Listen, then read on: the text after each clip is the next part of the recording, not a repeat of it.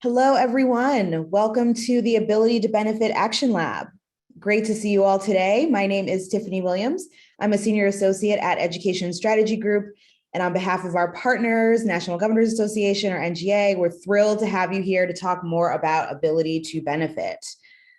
So a little bit on our background, our partnership with NGA. Through generous funding from the Siemens Foundation, thank you, Siemens, we are delivering a series of action labs. We are calling these discrete learning opportunities for state teams and institutional folks to engage around a specific policy or practice to aid in recovery from the pandemic. And the goal really is for participants to leave with a set of action items, things that they heard from us or others in the room about how they can advance the work. These labs, which will continue through 2022, are part of our broader work with NGA to address issues at the intersection of workforce, education, public service, and racial and economic justice. We have a coalition of over 20 national organizations, and we're hoping to leverage our shared expertise to really drive equitable recovery from the pandemic. I'd like to highlight a few of our coalition partners that we do have on the call today. APHSA, American Public Human Services Association, COABE, the Coalition on Adult Basic Education, JFF, Jobs for the Future, NSC, National Skills Coalition, NASDA, National Association of State Directors of Adult Education, and World Education. If there are any that I missed, please do identify yourself in the chat. We're looking forward to having you all engage with us today as well. So we're here to talk about ability to benefit.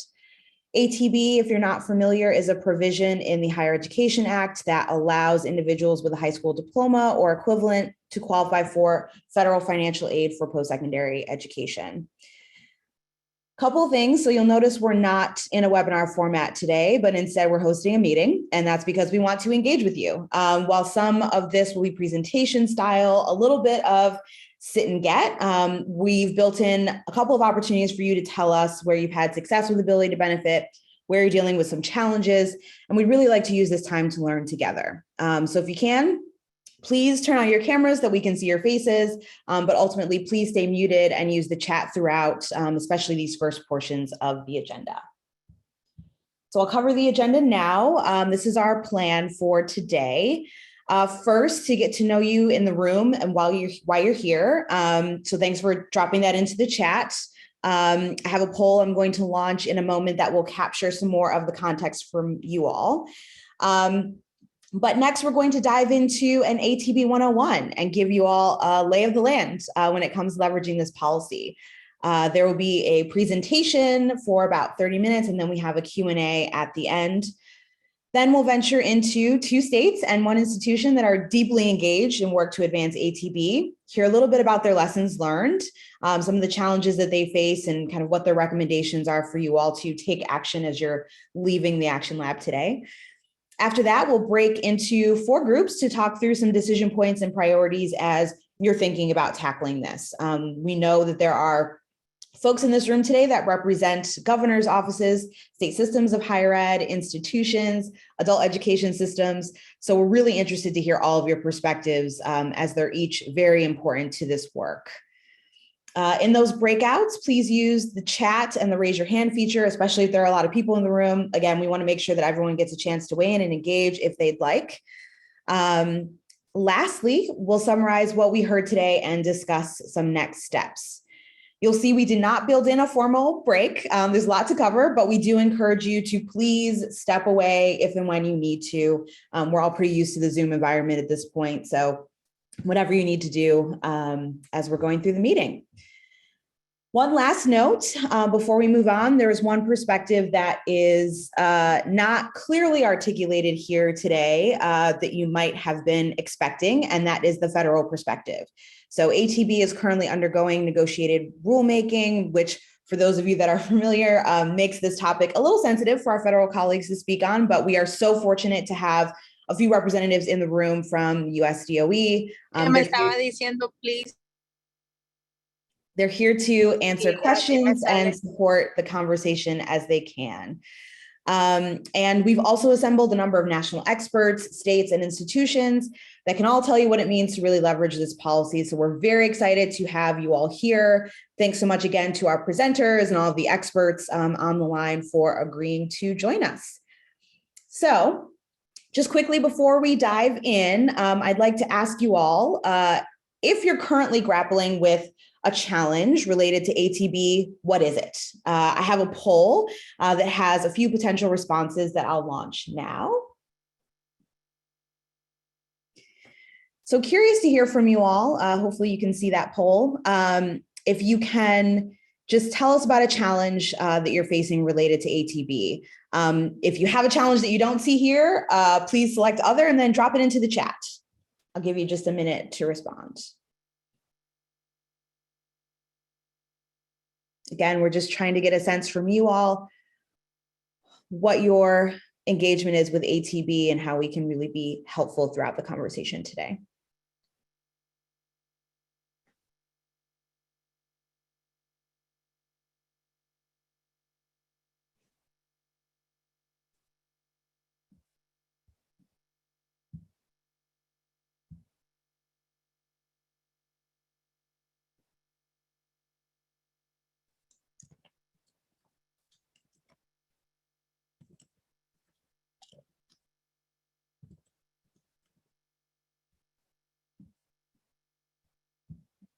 All right, give you maybe 10 more seconds to respond to that poll.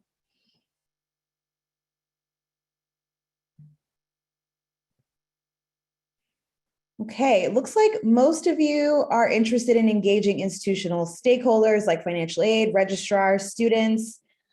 Also, there seems to be a lot of interest in creating eligible programs and some interest in state level planning, a little bit less so on the foraging partnerships and others. So thank you all so much for participating in that poll. So we certainly hope that throughout our time today, in the next couple of hours, you'll learn more about overcoming some of the challenges that you've identified and some of the other challenges, certainly with ATB. So with that, I'm going to turn it over to Brenda to kick us off. Thank you very much, Tiffany. Good afternoon, everybody. My name is Brenda Dan Messer, and I'm Senior Advisor for Education Strategy Group. It's wonderful to be here with you this afternoon. Thank you for your interest in our Action Lab on Ability to Benefit, or what some of us fondly call it ATB, which is a provision of the Higher Education Act that provides an opportunity for individuals without a high school diploma or its equivalent to apply for federal financial aid for post-secondary education when participating in an eligible career pathway program. ATB is a mechanism that will enable more adults to enroll and succeed in post-secondary education. As we were designing this Action Lab and identifying experts to join our session, one name came up repeatedly as the ATB expert, and that is my friend and colleague, Judy Moultrie, who works at World Ed. Judy has over 35 years of experience in adult education and workforce development as a teacher, local and state program administrator, and national technical advisor. Throughout her career, Judy has promoted practices that support systemic equity. Thank you, Judy, for being here today and for all the work that you have done throughout your career to expand education and workforce opportunities for all students, but most particularly for adult students. Judy? Thank you, Brenda. Thanks to ESG and NGA for hosting this Action Lab on Ability to Benefit. I am Judy Moultrie with World Education's National College Transition Network. And my job in the next half hour or so is really to set the table with some ATB basics, the what, and also the why, before you'll hear from some of the professionals who are putting these programs on the ground. The what is fairly simple. You heard Brenda and Tiffany both encapsulate ATB in a sentence, right? Ability to benefit, provision within the Higher Education Act. It allows adults who are simultaneously working to complete their high school diploma, their high school equivalency, and an HEA Title IV eligible post-secondary career pathway program. It allows them to access federal student aid, to pay for tuition, to pay for living expenses. Really, ATB is a funding strategy for adult dual enrollment. And while ATB is a simply elegant policy already available for you to leverage today, the truth is that ATB policy, you can flip to the next slide, Tiffany, has had a bit of a rough road. Some of you might be thinking ATB is just for students who had a cut score on a test, or ATB was eliminated by Congress, right? Or ATB has a reduced disbursement amount. People get less Pell Grants on ATB. And all of that was true at one time, but is not true now. So a real quick tour through the history of ATB policy. Starting in 1991, students could use the ATB alternatives to gain eligibility for federal student aid. First, there was the test option, which honestly was looking for unicorns, right? And looking for some high achieving high school dropouts who could be college successes. And then we had a state-defined process was added, but not utilized for 30 years. And then we had the 6 credit option that was turned on and added during a lot of the adult career pathway integrated education and training initiatives were flourishing during that time in the early 2000s, proving that people who couldn't hit that test cut score could still be successful college students. And Brenda, you were at the US Department of Education at that time leading the charge. Then, yes, in 2012, Congress eliminated ATB as an option for new students. It was partially restored in 2014 using that alternative disbursement schedule, AKA less money, and it added this unique career pathway program requirement. So a lot of advocates in DC got busy, and in 2016, Congress passed an ATB law that revised the definition of an eligible career pathway program to align with the definition that was then in federal law in the Workforce Innovation and Opportunity Act, or WIA, which includes adult basic education, got rid of that lower Pell rate, which means that ATB students since 2016 are on the same Pell Grant disbursement schedule, receive the same level of Pell funding as any other student. In 2019, we had the Strengthening Career and Technical Education for the 21st Century Act, aka Perkins 5, which also aligns to the WIOA definition of career pathway. And also in 2019, the Department of Ed, Octave, began dialogue with the field through a convening hosted in Washington, DC. And in 2020, the first 2 states, Washington and Wisconsin, were approved for state-defined processes. And now Mississippi and Iowa have joined, and I recently learned that Illinois has submitted their application. So there's real momentum around ATB as states and local institutions are thinking about adult learners and promoting equitable access, including access to federal student aid for everybody. So I promise more on the mechanics of ATB if you're just learning about it. But first, let's look at the why your state and local partners might want to use an ATB strategy. First, ATB can help you meet your state and local post-secondary education attainment goals, and to meet the equity strategies that are embedded in those goals, and also bring equity to your adult education system, a system that predominantly serves community members who have been failed by a system, an education system, a political system. And we want to serve those adults not with terminal training, but with evidence-based educational designs like integrated education and training in a career pathway. And in the face of the last 2 years of interrupted education, you want to focus on strategies that accelerate, not remediate learning. You also want to leverage the alignment in federal legislation, right? The career pathway program definition is in the Higher Education Act. It's also in WIOA. It's also in Perkins CTE, not by chance, but by hard work. So you want to use it to strengthen your workforce development and CTE pipelines. And you want to achieve sustainability for these career pathway efforts, right? There's a lot of investment right now in education, kind of as we had during the last recession. If anybody here had a TACT grant, an HPAW grant, but the lasting source of higher education funding is federal student aid. So build the strategy now that can continue to tap into it. The Lumina Foundation has done great work getting states to focus on the attainment of post-secondary education credentials as a key factor in individual prosperity and regional economic competitiveness.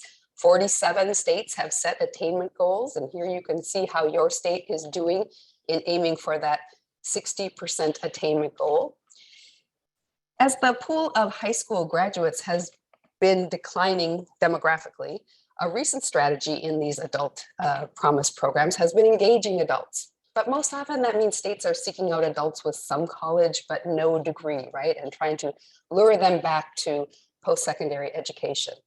In fact, in California's Adult Promise effort, a California Community College survey of adults who expressed interest in further education also identified the two biggest barriers to moving forward, which not surprisingly were time and money.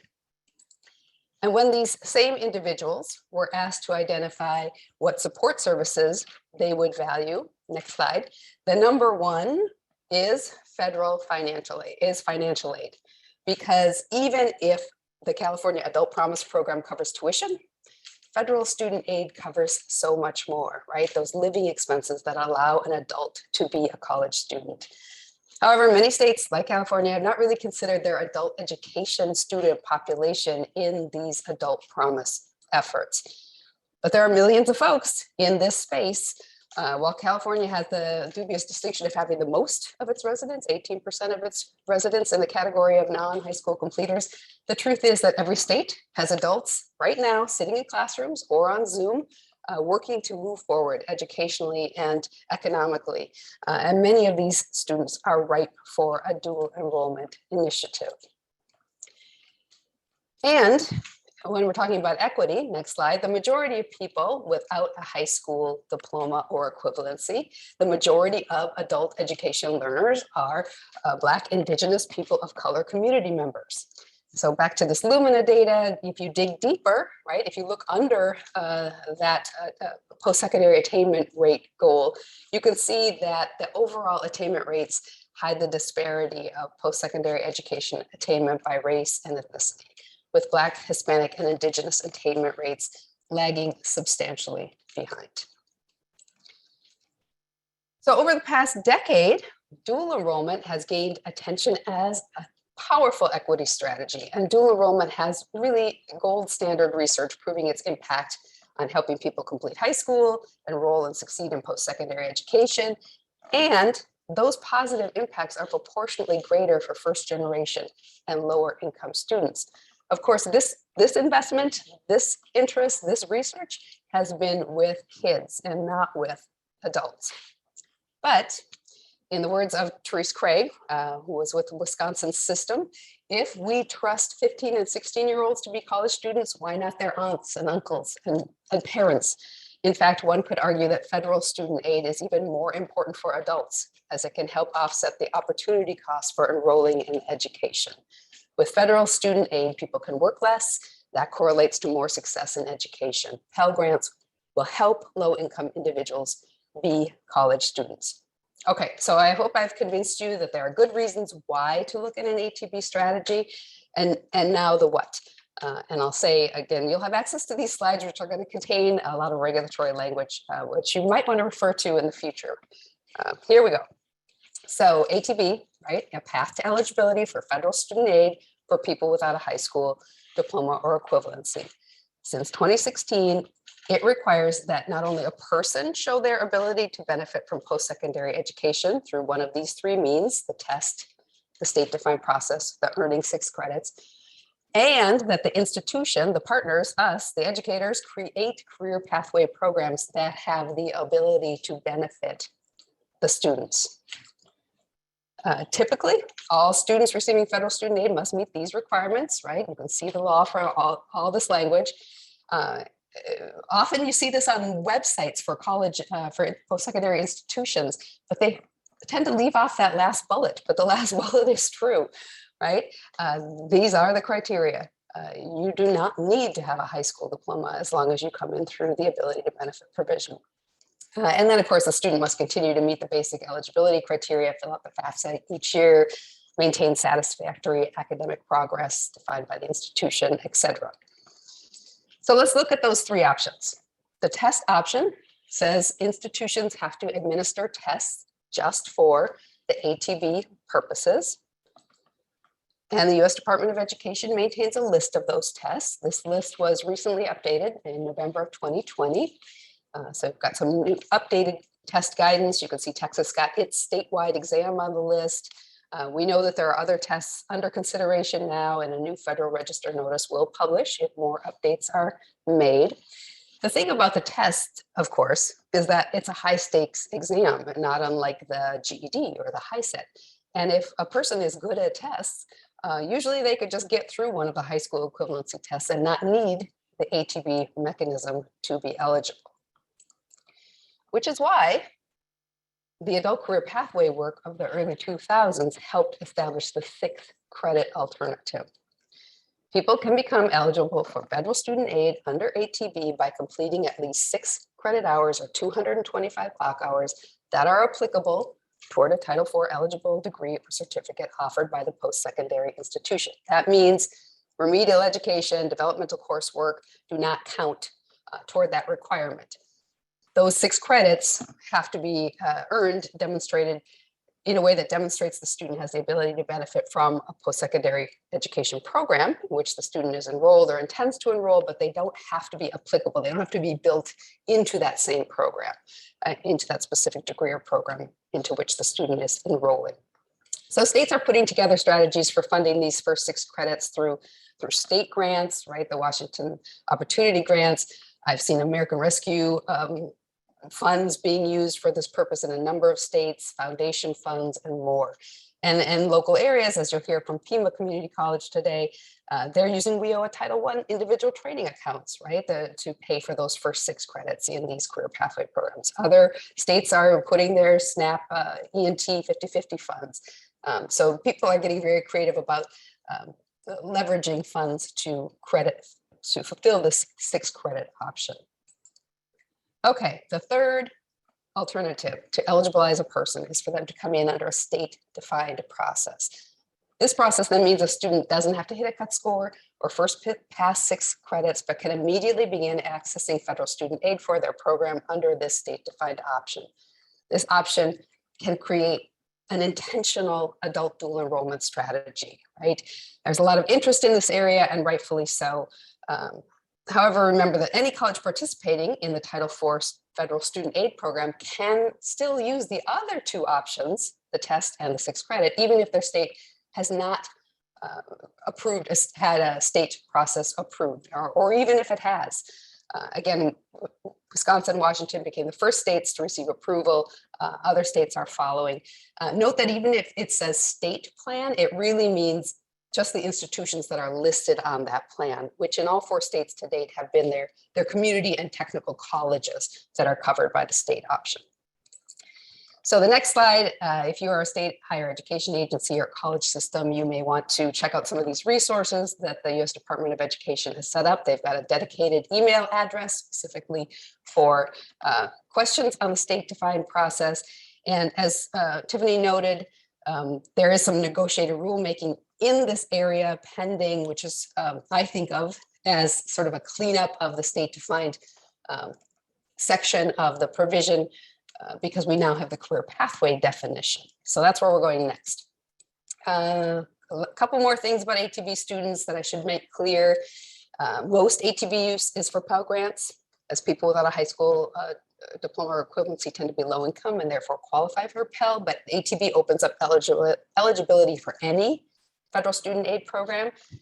If somebody comes in under ATB, they remain under that strategy until they complete their high school equivalency, at which point they continue receiving aid, but they're no longer under an ATB strategy. And this last bullet just reminds us that there's the other side of the coin to ATB. It's not just the individual proving their ability to benefit, but also the post-secondary education program proving its ability to benefit the learner. So the career pathway program. An ATB program must meet the federal definitions of career pathway, but the good news is that, again, there are 3 federal laws that all share this same definition, which we'll review over the next few slides. The career pathway requires adult education and post-secondary education. And again, when I say post-secondary education in this context, I mean Higher Education Act, Title IV eligible post-secondary education working together. The adult ed must increase the person's English, math, other skills to attain that high school diploma, transition fully to post-secondary, and obtain employment. So next slide, there have been a lot of graphics on career pathways over the years, but here's a relatively new one, which I really like, from the Department of Education, which shows the relationship between career pathway over there on the left, program of study there on the right. Program of study is a term of art right, in the career technical education world to describe that pathway from high school to college. Career pathway is the term of art for adult learners. Both program of study and career pathway ensure that the high school diploma and equivalency is in the pathway, and both can support dual enrollment. So here's the definition of a career pathway program. Again, this definition is in the Higher Education Act for ability to benefit. It's the same as in WIOA. It's the same as in Perkins. And I hope you're familiar with it, even if you don't, like me, have a laminated copy of it hanging above your desk. I just want to point out a few, I think, the key words here.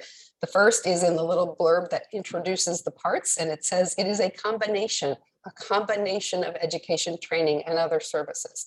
So it's not a sequence, it's not a referral, it's not a happy accident. It is an intentional combination that results in A, skills with value in the regional labor market. There are jobs for people who get these skills. B, I think of this one as not short-term training, right? It is, this career pathway program is part of education and training that supports access to further education and training. It pays attention to secondary and post-secondary skill building. C, it has education and career counseling. D and E are really the heart of the education, design, and delivery. And you can see that D is the definition of integrated education and training. Adult education concurrently in and in the same context as workforce preparation and workforce training. You can go to the next slide. E is the key idea. In E are these two words, organize and acceleration. There can be a lot of confusion around this part of the definition, as some partners might interpret this as compressing time, right? Taking a 12-week welding course and making it 6 weeks. But as educators, you know that organizing for acceleration, breaking down those long sequences of foundational skill building, earning a secondary diploma, taking a college course, and creating instead an integrated program that'll help someone earn a high school diploma or equivalency and that post-secondary credential might mean you take a 12-week welding course for GED seekers and make it 18 weeks. And that is organized for acceleration. IET program design and delivery is organized for acceleration. And so I'm interrupting the definition here just to throw in a slide because I'm so happy that we have What Works Clearinghouse, IES gold standard research now documenting the impact of IET on over 45,000 students in 9 states, showing positive impacts on credential attainment and positive impacts on employment. So IET is an evidence-based program design and delivery model that is part of a career pathway, is part of an ATB dual enrollment strategy. Okay, the last part of the definition finishes up with a reminder that the program helps people earn both their secondary diploma or equivalency and at least one recognized post-secondary credential. And the Department of Labor Employment Training Administration has a great updated memo on the definition of recognized post-secondary credential. And Part G, I think of this one as it's not just the first job, it helps people enter and advance. Go ahead. So here's the big question, or the big answer to the question everybody asks. How do I know what's a career pathway? How do I prove what's a career pathway? Institutions decide, and they decide the formality or the informality of their approval process to designate a program a career pathway program. There is no federal role in approving, despite it being federal aid that the program is awarding or leveraging through ATB.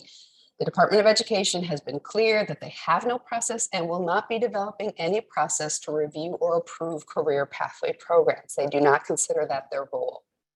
They will oversee the administration of Pell and any other aid awarded through ATB in the same way they do their regular program reviews and audits.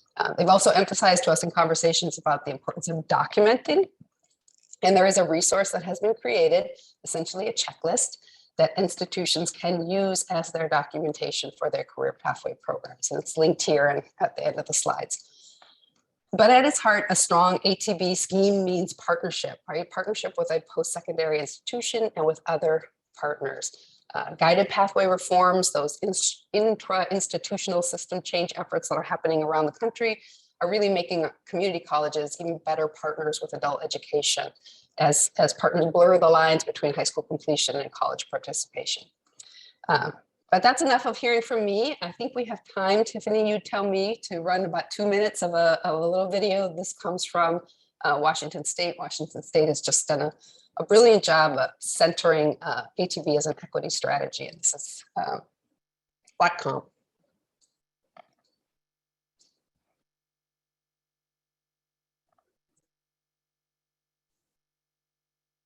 I'm not hearing it, Tiffany. Career pathway programs that lead to living wage jobs. It enables adult students without a high school credential to become eligible for federal student aid. Whatcom Community College is a leader in ability to benefit implementation. Let's hear more from their students and staff.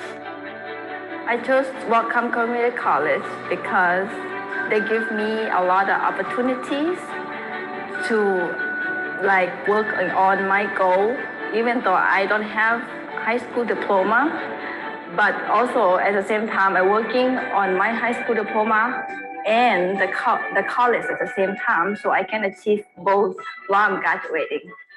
So ability to benefit came as a giant surprise. I came in and I was signing up for basic education because I realized that I needed to have a high school degree or a high school equivalent to take classes and receive financial aid.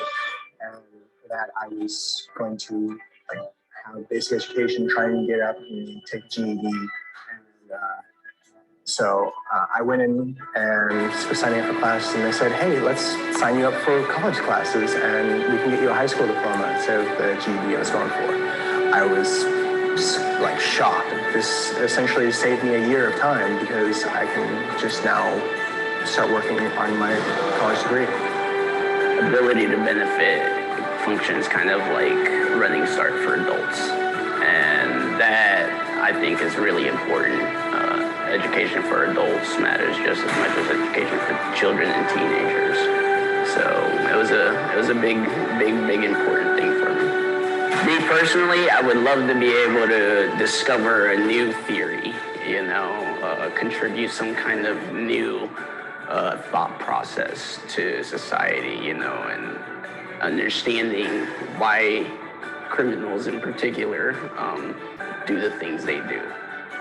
I love to become a medical assistant, and I'm happy to get to this point of my life with my education. I've always been interested in kind of more.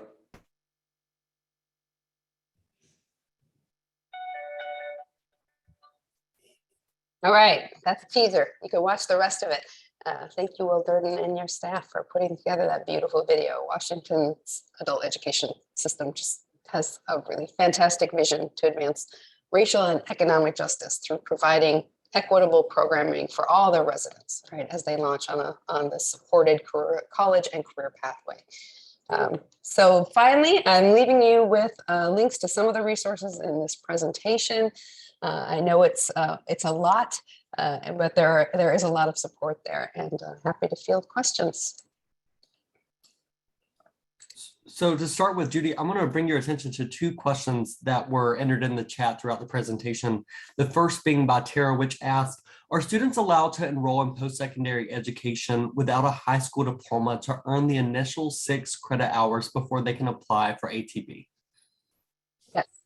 Yes, they can't access federal student aid, right? But that decision, whether or not an individual without a high school completion can enter a community college or an institution of higher education, is really up to the institution. Thank you. And then the second question being from Amanda, is the documentation for these eligible programs submitted to ED or just maintained by the institution? Are there audits on this type of information? It is not submitted to the Department of Education. It is maintained by the institution. Yes, the checklist was created by the U.S. Department of Education. It is essentially the career pathway definition, those A through G elements with a yes, no, and write down how it meets it. And there's a lot of encouragement, right, to keep that kind of documentation at the institution. There won't be a special audit. Any kind of audit on ATB would be included in an audit on an institution's full complement of HEA Title IV. So it's not a special kind of look. I see Deborah Jones' question about colleges have a published policy. Yeah, I mean, I think this is one of those huge issues that comes up when you're talking about equity, right? And many colleges that I've seen couch that policy in access to federal student aid. Well, you can't have student aid, so federal student aid, so you have to have that high school diploma, which is not true. You can have access to federal student aid under an ability to benefit strategy. But as you say, institutions can make decisions. I think in a lot of cases, institutions need to understand the kind of partnerships and supports that would be put in place to create the career pathway program that can benefit an individual without a high school equivalency. I also see in the chat that Julie Johnson asked a question. Can the IET be a partnership between college and a CBO or other partner who provides the GED portion of the program? There has been some guidance in one of those links that you'll see where someone asked this question of FSA Financial Services at the Department of Education, and the answer has been that adult education is defined as we owe a title to adult education. So I know that doesn't fully answer your question, but I think that is a place to explore. I know there is a lot of adult education that happens through CBO providers, some of which is still part of the adult education system. So it doesn't have to be an adult education program that's already at the college.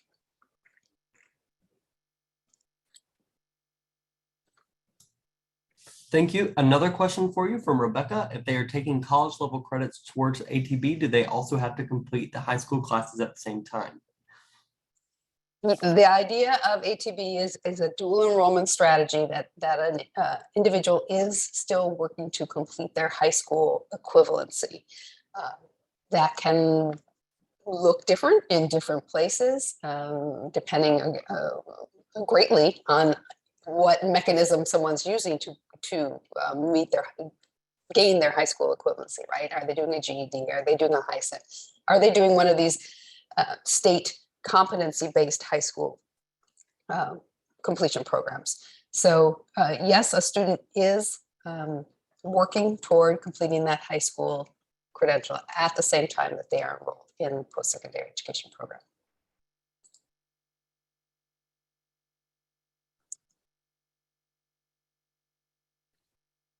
I see the question about non-credit. Ability to benefit helps students access federal student aid for programs that are eligible for federal student aid. I guess that's the way I would answer that. So that is usually, that means the credit side of the house.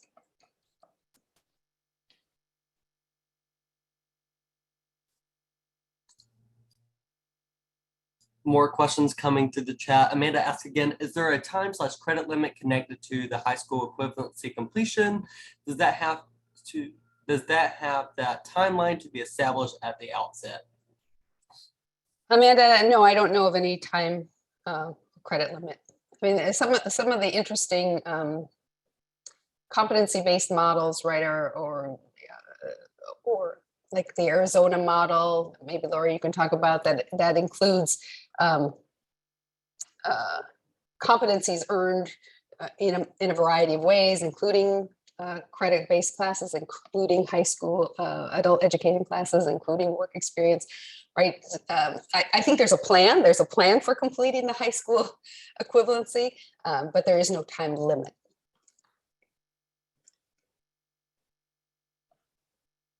Deborah Jones, I see your question. What are the states with the state approval process? That Washington State video is one of them. Washington State ensuring that all their community and technical colleges list ability to benefit as a strategy on the college websites. Wisconsin has been doing promotional pieces, videos. Some states are thinking about weaving ATB into their adult promise programs. So talking about ATB directly in that initiative to re-engage adult learners definitely takes a marketing or promotional campaign. I mean, there's so much confusion about ATB in the cohort of people whose jobs it is, right, to put these programs in place. It's certainly not a strategy that a lot of adult learners have heard about. I see Susan's question. The only constraint on those first 6 hours is that they are not in remedial or developmental education. They do not need to be in the same, they should demonstrate the individual's ability to benefit from college courses. They do not need to be in the same career pathway sequence as the student is enrolling. Brett, great question about ATB and second chance Pell. Yes, I mean, as we have Pell restoration happening, there is a U.S. Department of Education initiative right now on IET in corrections education, which is really trying to promote these dual enrollment strategies, and certainly ATB, an ATB mechanism to help incarcerated individuals access Pell would be great.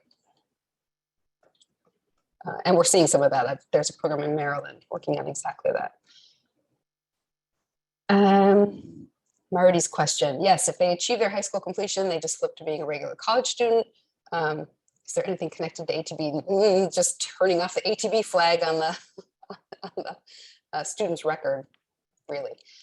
There's also one of the questions that has come up, and there's guidance on one of those resources about this too, is people asking, okay, what if somebody completes their post-secondary credential but still hasn't earned their high school credential? Well, hopefully they'll earn their high school credential, but they are not kept from earning their post-secondary credential just because the high school credential is still in the works. I mean, I think a lot of these questions that seem really if you've been in adult education for a while, they sort of like, really? Think about dual enrollment for high school students. We have so many states now making decisions that high school students can't graduate from high school without college credits. Some states saying they have to earn their AA while in high school, right? So this idea that people can simultaneously work on their high school completion and a post-secondary credential is not new. Yeah, Juan Carlos, that's that question. They would earn their college certificate even if they don't have their GED. Again, you would hope that they would continue to work on their high school credential, and there are a lot of reasons for that to happen. It's also one of the reasons that states are putting in place, and maybe Will and Nicole will talk about Washington's competency-based high school diploma. ATB and AEL grants able to count the same students towards their individual targets.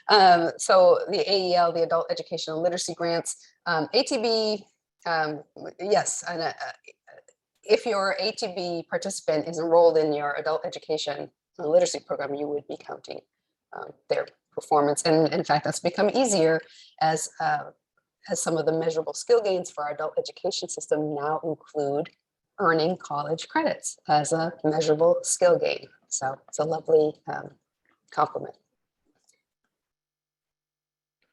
Brett is asking about SNAP ENT. Do we have anyone on the call from Oregon? Oregon has got a SNAP to Skills initiative that is doing great work with the 50/50 funds and using those funds for tuition for the first 6 college credits. ATB for returning citizens, yes.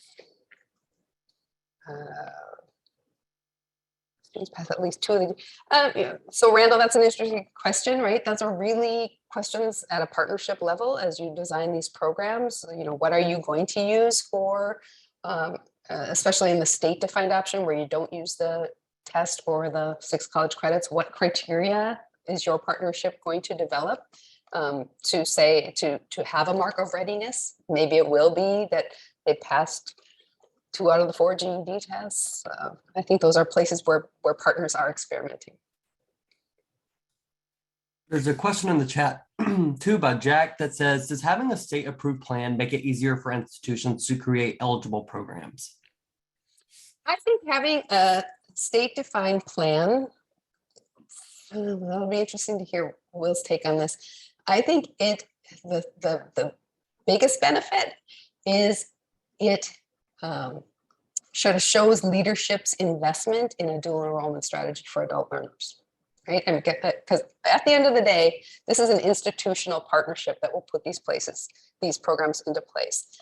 And institutions right now today can start doing this under the test option or the 6 credit option. And even if their state passes a state defined plan, they can continue to do this test option or the 6 credit option. So I think it's really about a signal from the state. And yes, it certainly does take down a barrier. So it makes it easier. And maybe it signals also to the institution that there is something that exists in each of their institutions that is a career pathway program, and helps them have that conversation to define it. Is there a time limit on the 6 credit hours? Oh, Susan Sanchez, that is a great question. They got 6 credit hours 30 years ago. I do not know the answer to that. I'm going to say probably, but that Aaron Washington, if you're listening, or Aaron Berg, you can answer that question. That would be great. I do not know if there is a time limit on that. Officially, no, I don't think there would be, Okay. but they would also be under the grandfathering clause. So if you actually have a student with this situation, feel free to get in touch to talk about how to treat them and what's best for them. Oh yeah, good point. I always forget about that grandfather. Thank you, Aaron. Yes, when Congress, cut ATB on that cost-saving move, students who were already existing students in the system were grandfathered without the career pathway print. Yes, right to Aaron.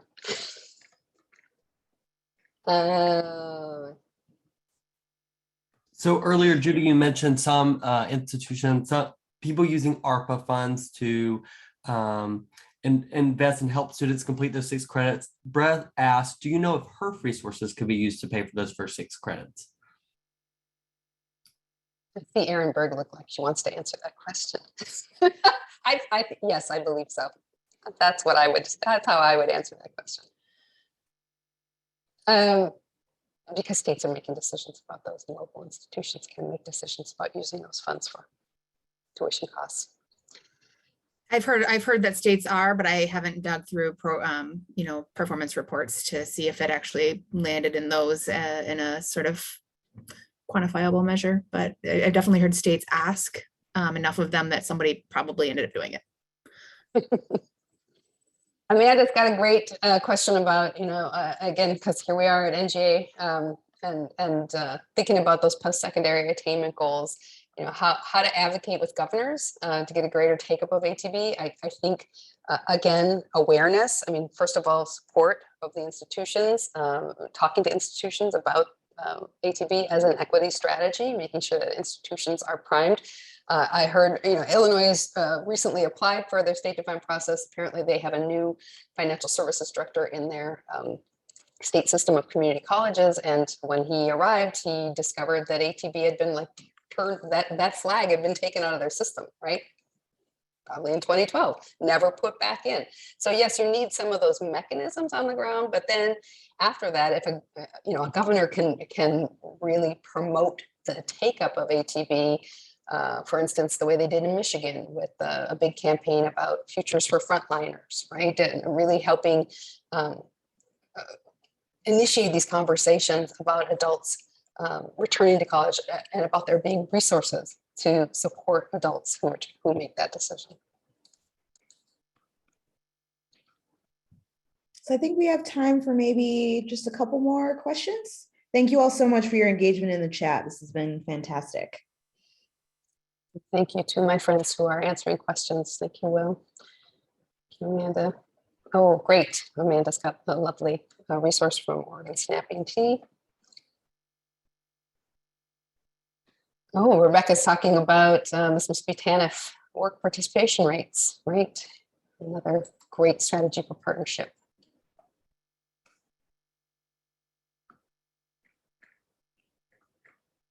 Do you see any other?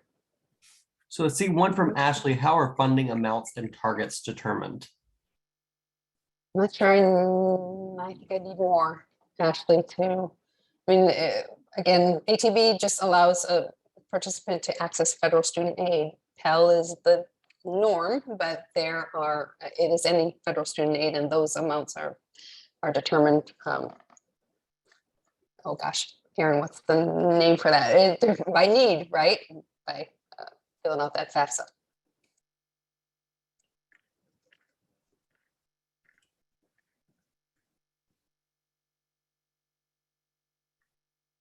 Any other questions from the group? Once you get into hearing about some of these programs on the ground, you're going to more of this becomes clear. Yeah, Judy, thank you so much. That was a rapid fire in the chat. So thank you all for being so engaged. By the way, I'm Rachel Hirsch. I'm a senior policy analyst with NGA. Thank you so much, Judy. We hope you will stick around. I'm sure there will be other conversations going on in the chat. And as Tiffany mentioned, we will be making sure to share both Judy's super informative slides and the recording after.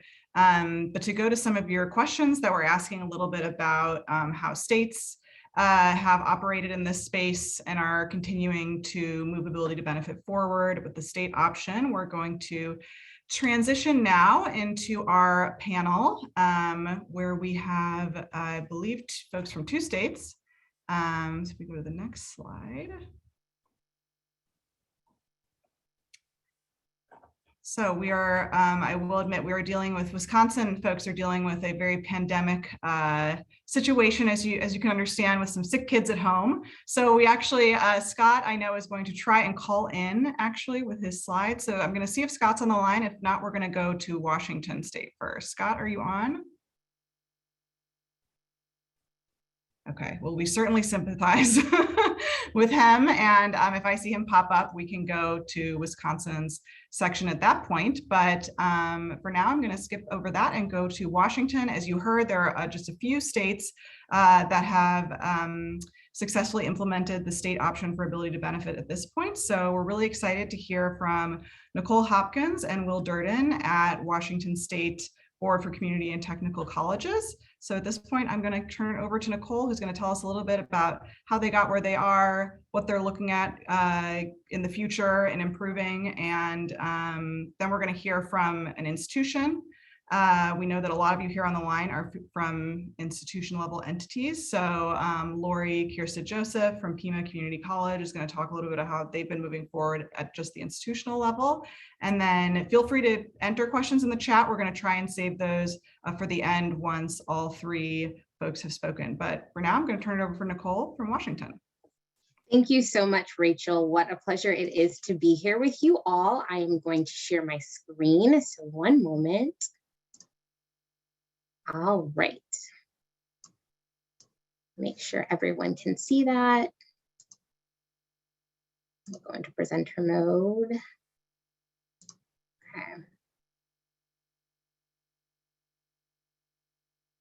Sorry, one second. I'm going to try to move this so that I can present, which is always a fun challenge here. Slideshow, there we go. All righty, here we go. So again, greetings. My name is Nicole Hopkins, and I am the iBest Policy Associate at the Washington State Board for Community and Technical Colleges.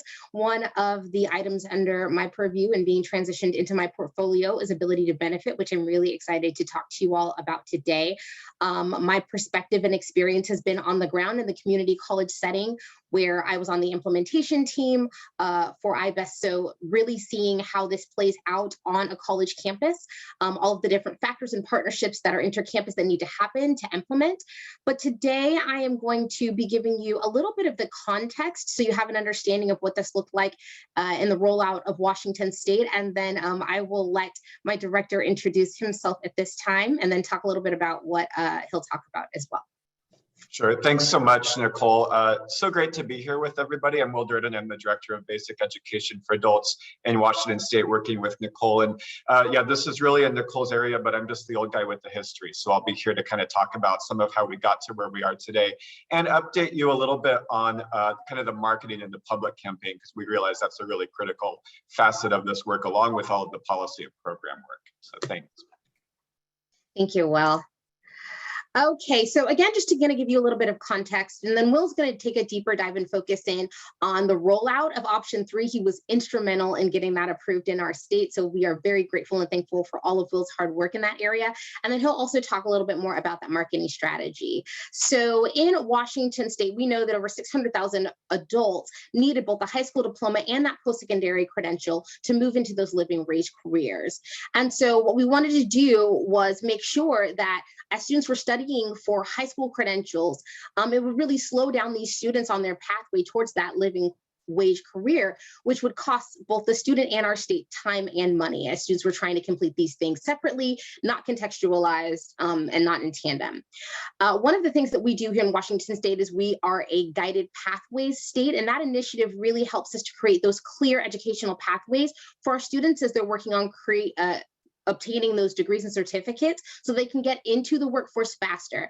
And what Ability to Benefit does for us is it keeps students on our pathways, which is one of our pillars here. We've got 4 pillars for guided pathways, and really providing that access to federal financial aid while they're working to complete that GED or high school diploma. And so our federal options before this, as you all know, students could demonstrate eligibility through those 2 means described by Judy earlier, testing at a certain level. Here in our state, we use the AccuPlacer, or they could earn those 6 college credits first. As you probably know, those created some barriers for some of our students who maybe couldn't afford to pay for those first 6 college credits out of pocket or leverage any of those other TANF or other funding opportunities statewide. And part of the problem that's been mentioned before is testing. You know, imagine being a student and you were 2 points short on that AccuPlacer for gaining success and being able to access those funds. So those 2 are good options for some students, but not for all. And so because in Washington State, part of our vision is really to make sure that we are equity focused and providing access for all of our students, regardless of where they land in our college campus.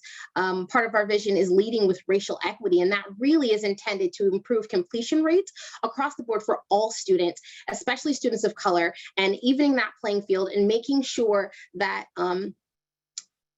even if students aren't able to obtain that high school credential early on, that they still have the opportunity to earn that at just the same rate as students who are coming in straight out of high school.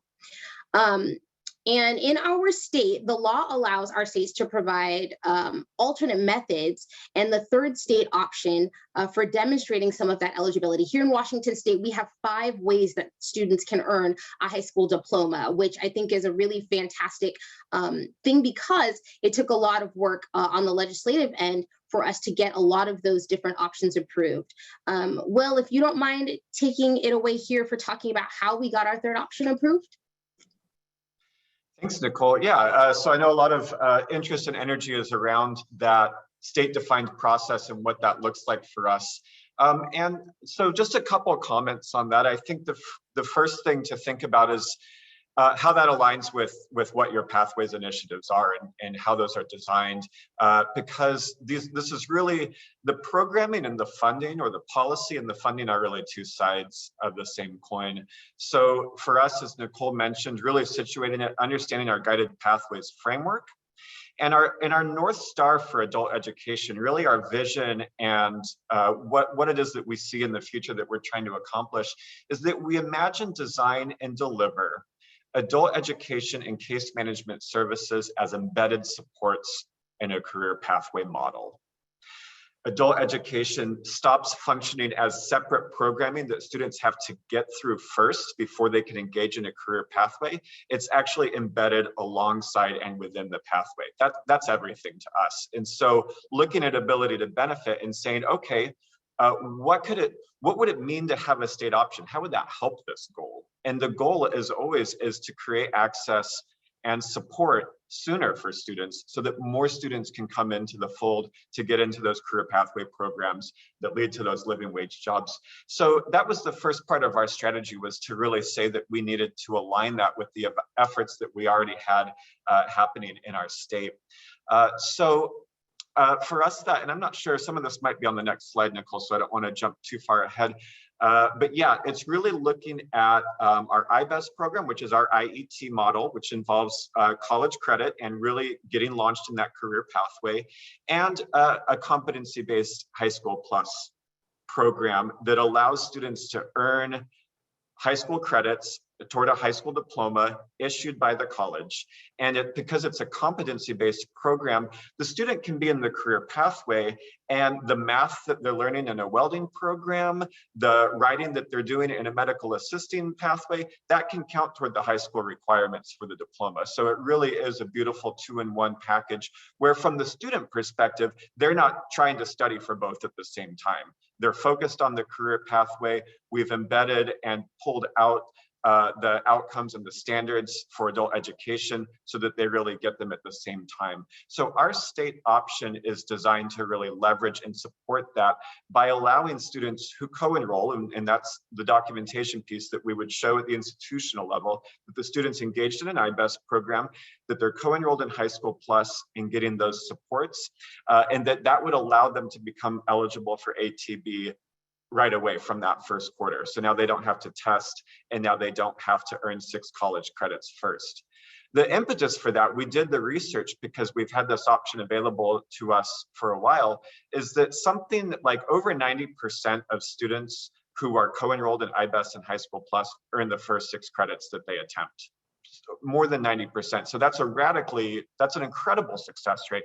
So that's the demonstration to say they're in these highly supported, highly structured career pathway programs. We know without a doubt that the vast majority of those students will be successful. Why have them wait a whole quarter or go take a test to prove that they can access and benefit from federal aid when we know that there's a strong likelihood that they're going to earn those credits? So that becomes the basis for the ability to benefit. Nicole, back to you. Thank you so much, Will. Another thing that I'd like to point out, and that Will mentioned, is the holistic support that we provide embedded within our programming.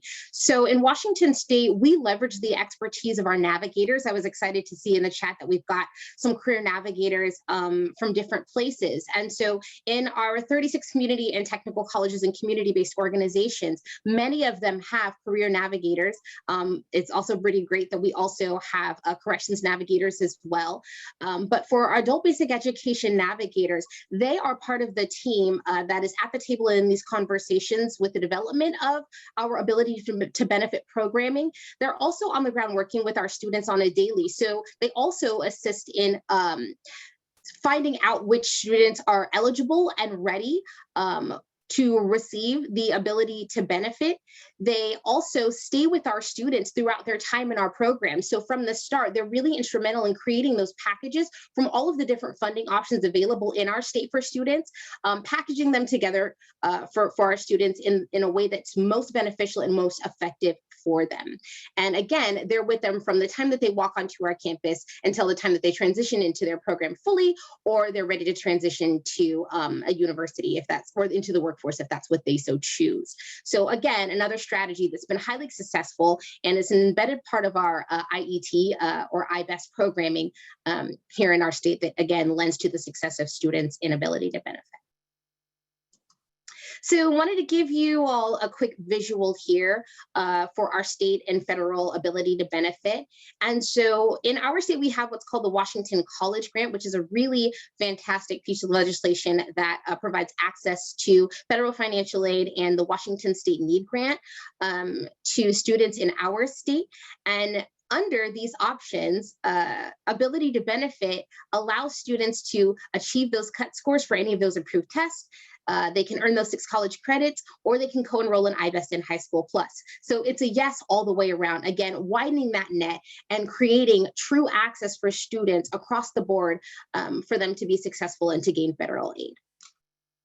Will, anything you'd like to add here before we move to the next slide? Just pointing out that again, when we were planning the state process and I talked about aligning to what we were already doing, it was really key for us to look at state resources and say how can we get the state policy aligned with the federal policy. And you get that beautiful kind of vertical alignment where all of your different sources are working together with the same definitions, with the same understanding. So that really boosts our ability to support students, as Judy mentioned, not just to cover the cost of tuition. We have a lot of great resources for that, but to stack resources for living expenses to really support students through to completion of a program. Thank you. Well, all right. So for us, ability to benefit is a win-win. Again, this option saves time and money for students looking to quickly gain the skills and credentials needed to get to those living wage careers. It also boosts our economic recovery by increasing the number of students who can get directly on a pathway to one of our programs of completion. Again, I don't know if we'll mention this before, but we have a very rigorous process for our programs to be approved for ability to benefit. And so making sure that they are directly linked to careers that have living wage jobs for folks in our different areas of our state is critical, and we take very close look and document that very closely as we bring students through our programs. All right, and I will turn it over to Will. I know many of you are interested in our statewide marketing, and so we'll go ahead and take it away.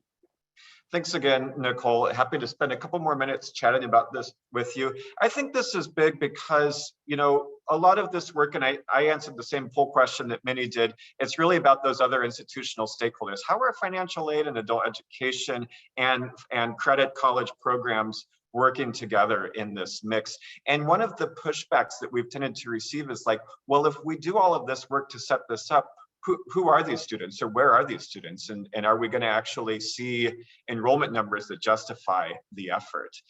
And it's a fair point, I think, because this also isn't common in the public perception. People don't know about these options. Look at all of us trying to figure out what all of these options mean. Your average person on the street has no idea that this is out there. And, you know, I do want to just take a pause and kind of, I think about this, and even if somebody wants to unmute or pop something into the chat, think about pop culture and think about how adult education gets represented in our public consciousness. Think about films and television shows. When you see the concept of the idea of an adult going back to school, how does that get framed? What does that look like? Has anybody seen a movie or a TV show lately and seen a representation of adult education? Just curious. Let's see what it looks like. There you go, Amanda, Night School with Tiffany Haddish. That's a great example. Oftentimes what we see, there's an idea of a classroom in a high school, and maybe it's being used after hours. And you know, you've got students with varying levels of engagement. Oftentimes the teacher is kind of made out to be this kind of comedy character, somebody who wasn't successful in the K-12 environment, so they stuck. You know, there's a lot of really negative connotations out there publicly with this. And I think there's also a lot of folks who, for them, that big step is that high school completion. And we have to be able to connect with them the option that they can do so much more and that there's so much more available to them. And we have to do it simply. These are complicated messages, and how do we distill these in ways that just kind of hook people? And we can worry about the complexities of co-enrollment a little bit later, but we have to get them interested in what's around there and what's available. So we're working on a statewide marketing. It's not really a campaign. What it really is a toolkit that we're giving our providers so that they have some cues for how they can market this to their communities. So we've given you just a couple examples of what that looks like: money for school and the skills to score a new career, a high school diploma and beyond, and then you've got it as kind of our catchphrase, right? So if we can get folks interested and say, hey, I do want these things, what is that going to look like for me? I'm going to click this button or I'm going to call this number. Then we can get into the complexities of co-enrollment and signing up for these different programs. But our goal is to really start to impact and shift public consciousness so that as we do the work at the policy and program level of embedding adult education in a career pathway, that the public actually knows what that is and that that benefit's available to them. Thanks, Nicole. Perfect. Thank you so much, Will. All right. And so with that, that was a quick and fast kind of overview of what we've got going on here in Washington. And I'd like to open it up for questions. You can either pop them in the chat or go ahead and unmute and ask.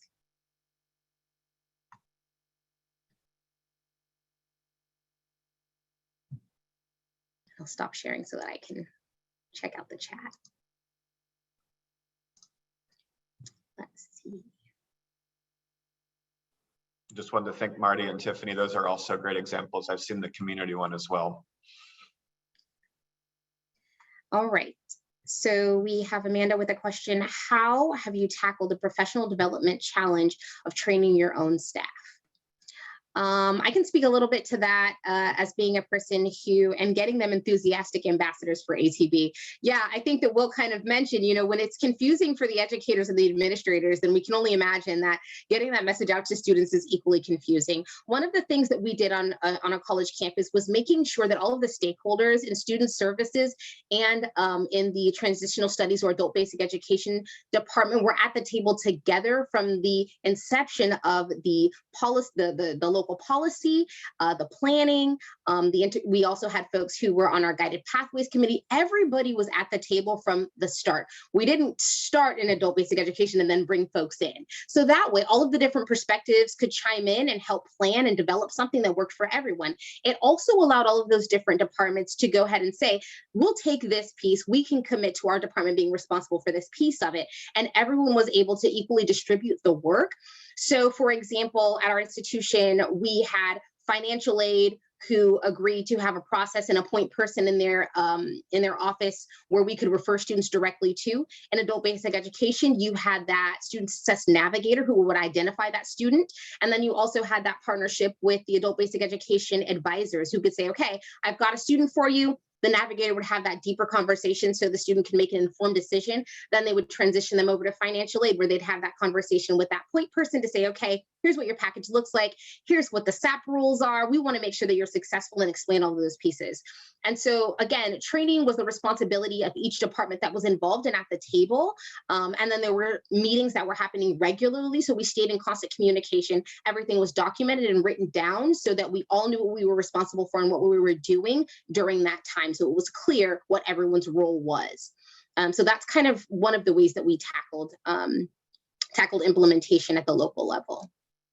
Awesome. And then I see a bunch of questions coming in, which is wonderful. I do want to allow time for Lori to present quickly, because I think that both of you guys answering some of these questions will be really interesting from an institutional and a state perspective, because I can just already tell that she'll have some things to say on some of these questions. So Will and Nicole will be sticking around. Feel free if you have quick responses that you see in the chat to go there, but we'll bring everyone back in to answer questions after Lori has had a chance to present. Thank you both so much.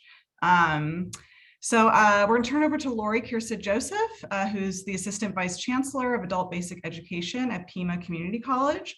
So again, going to hear kind of from an institutional perspective how she and her colleagues have advanced this work there. So Lori, I'll turn it over to you. Thank you, Rachel. Hi, everybody. It's such a pleasure and such an honor to be here with all of you today. And always humbling to follow our awesome Washington State folks. So I'm just glad to be here and share a little local perspective. I'm going to try and get the screen shared. All right. And find my notes one more time. There they are. All right. So as she said, I'm Lori Kierstead-Joseph, and I serve with our adult basic ed program here at Pima Community College. I just want to note, serve on the National COABE board as the Workforce Development Chair, and I know we have some COABE folks in the house. So I'm going to dive right in and just share from my perspective how we've been doing ability to benefit at Pima. Hopefully we'll answer some of your questions as we go, but certainly as after the fact as well. I always like to start with just a little bit of context and share at least one mountain or cactus picture. Pima Community College is a large open access multi-campus college here in Tucson, Arizona. And we're in a county of about 1 million people, not too far from the Mexico border. And we serve more than 35,000 students a year. There are about 70,000 adults in Pima County, and our local area who need a high school equivalency diploma and another 57,000 who speak English less than very well. So you might not be surprised to know that we have a relatively large adult ed program where we do adult basic ed, secondary ed, English as a second language, refugee classes, citizenship, and then of course transition programs like MathBridge and iBest.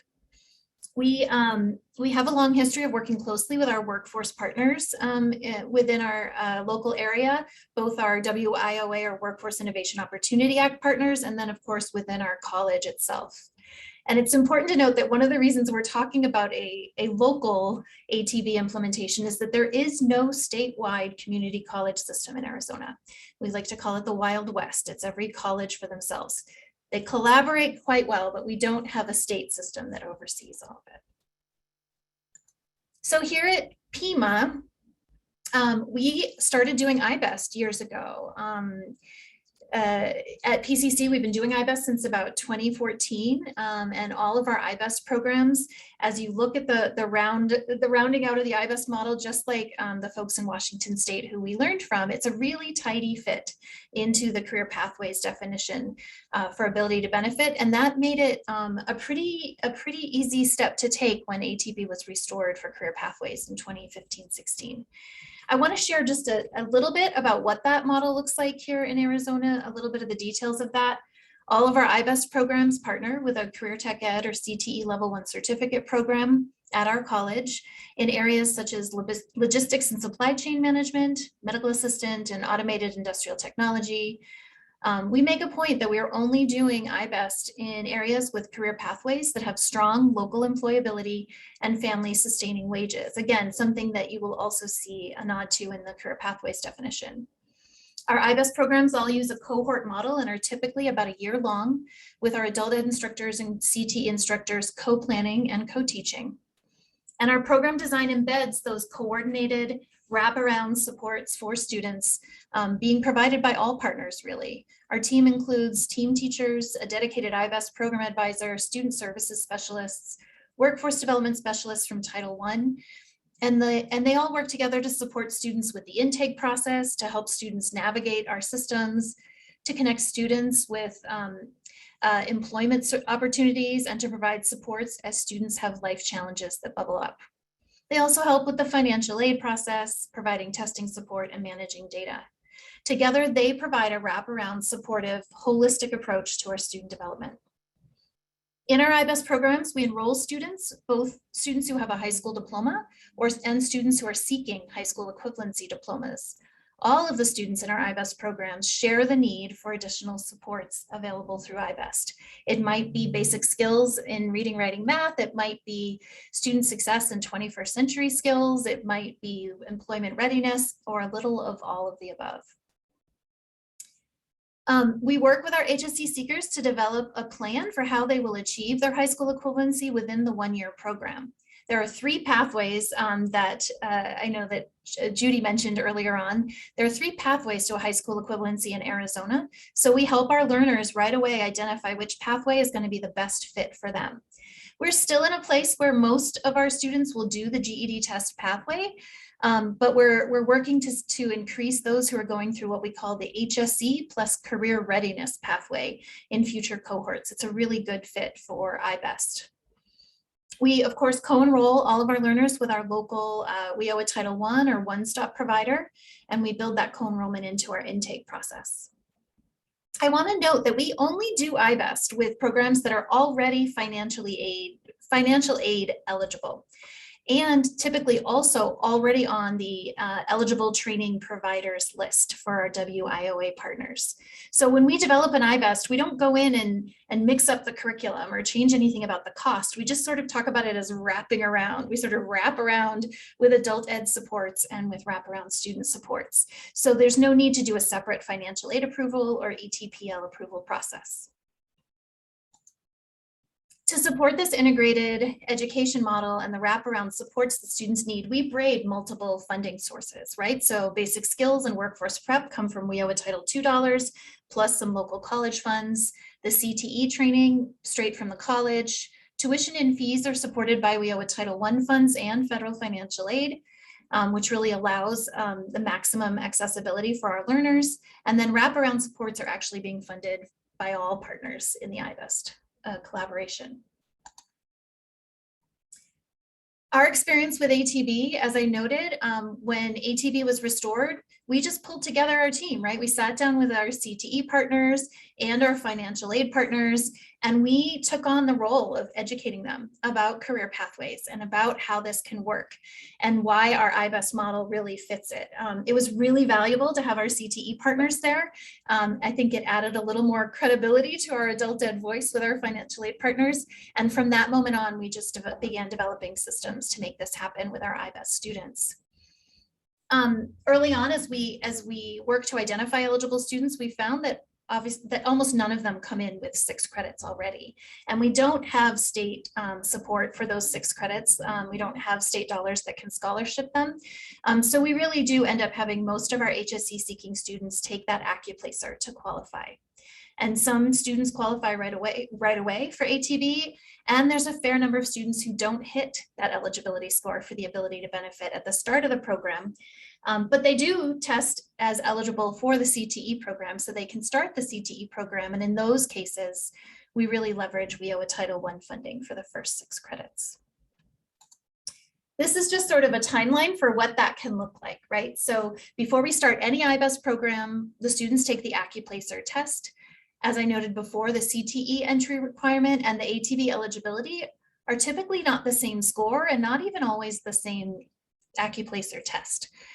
So it can be that a learner can meet the eligibility for the ATB threshold or not, and then they might meet program eligibility or not. If they hit that ATB threshold right away, they start on federal financial aid. If they start with those first 6 credits, if they still need to, if they need to get the first 6 credits before they're ATB eligible, they'll use Title I funding in their first semester. At the end of the first semester, every HSE seeker who's completed their first 6 credits with us, they're now all ATB eligible. And then as they move on and as they get their HSE throughout the year, they will make that shift from ATB financial aid to just traditional financial aid student. I want to note, you know, it's so exciting to see how Washington State is getting the word out about ability to benefit. We don't talk about it a whole lot. We don't use that phrasing with our students a whole lot. What we talk about is we're going to walk you through the process of finding financial aid or using WIOA dollars or one-stop funding. We don't always talk about ATB. It's something for me to be thinking about as we expand in the value of that really great marketing effort that Washington's doing. But I think for us right now, the message our students hear is we're going to help you get it paid for. We're going to walk you through that process. Here are some of the reasons that I hear from colleagues as we talk about why ATB might go a little bit underutilized, right?